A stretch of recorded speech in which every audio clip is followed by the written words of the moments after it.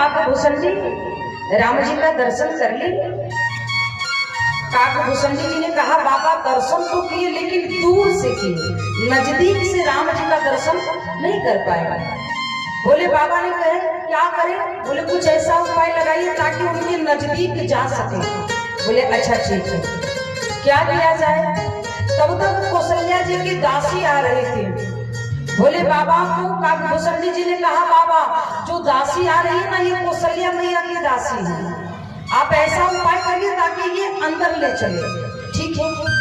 जैसे दासी आई ना भोले बाबा के नजदीक, भोले बाबा ने कह दिया तुम्हारा नाम ये है, तुम्हारा पति का नाम ये है, तुम्हारा घर यहाँ है।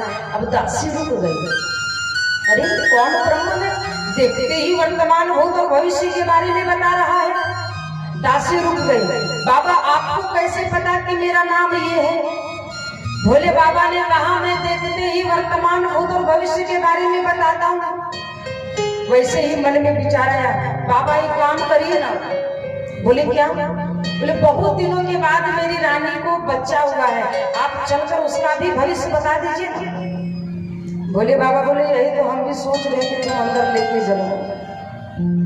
भोले बाबा ने कहा कि काम करो दासी तुम जाकर पूछ के आओ, रानी से महल में जाना, जाओ पूछ कर आओ।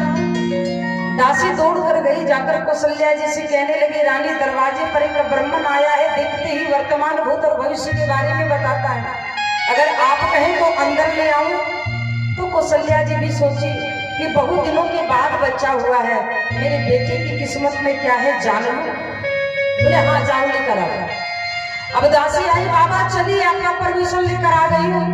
बोले बाबा जाने लगे तो काकभूषण जी भी चेला बने थे, वो भी पीछे पीछे जाने लगे। दासी ने कहा ओ बाबा आपका आदेश लेकर आई हूँ, ये चेला चपाटी नहीं जाएगा। भोले बाबा सोचे कि हमको मौका मिल रहा है मैं क्यों छोड़ूं। भोले बाबा जाने लगे। अब जैसे जाने लगे वैसे गमछा पकड़ लिए काकभूषण जी। ओ बाबा अगर आप मुझे अपने साथ लेकर नहीं जाएंगे ना तो आपका पोल पट्टी में खोल दूंगा कि आप कौन है। भोले बाबा बोले ये खुद भी दर्शन नहीं करेगा और मुझे भी दर्शन करने नहीं देगा। अंत में भोले बाबा रुक गए, झोला में हाथ डाले, चश्मा निकाल के पहने। बोले देखो दासी मेरी आंख मंद पड़ गई है और हाथ में जो छोटी छोटी रेखाएं होती है ना ये मेरा चेला देखता है और मैं भविष्य बताता हूँ। अगर मेरा चेला जाएगा तो मैं जाऊंगा, नहीं तो नहीं जाऊंगा। दासी ने कहा कोई बात नहीं, चेला चपाटी सबको लेकर चलो। अब जैसे महल में भोले बाबा गए कि राम की छटा को देख कर वो तो अपनी सुध बुध खो गए, एक टक राम जी को निहारे जा रहे हैं। अब मैया हिला रही है ओ महात्मा जी मेरे बेटे के भविष्य बताने आए हो या नजर लगाने आए हो? काकभूषण जी धीरे से बोल रहे बाबा जल्दी से ध्यान हटा लीजिए, ने जिस तरह मैया प्रेम से बुलाई है ना लात मार के भी भगाएगी यहाँ से, इसलिए समझ जाइए। फिर भी ध्यान नहीं है।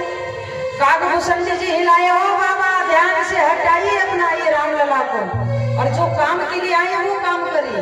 अच्छा अच्छा बोले बाबा समझ गए। बताना प्रारंभ की मैया आपका बेटा बड़ा गुणवान होगा, चरित्रवान होगा और तो और क्या बड़ा ही संस्कारी होगा। मिथिला जाएगा, धनुष तोड़ेगा, जनक नंदनी जानकी के साथ विवाह होगा और जैसे ही विवाह के बाद की बात को बताना चाहे कि राम जी ने इशारा कर दिया बाबा अगर अभी आप बता देंगे कि विवाह के बाद मैं बन जाऊंगा तो सारा मजा किड़किड़ा हो जाएगा और मैया सब कुंवारी ही रहने देगी, शादी भी नहीं करवाएगी। क्यों? बोले शादी करवाएंगे और ये बन चला जाएगा तो कोई माता पिता शादी नहीं करवाएगा अपना बच्चा का, तो हमें कुंवारा रखना है क्या? इसीलिए समझ जाइए। भोले बाबा समझ गए। प्रभु क्या करें आपकी छटा को देखकर भावुक हो गया था।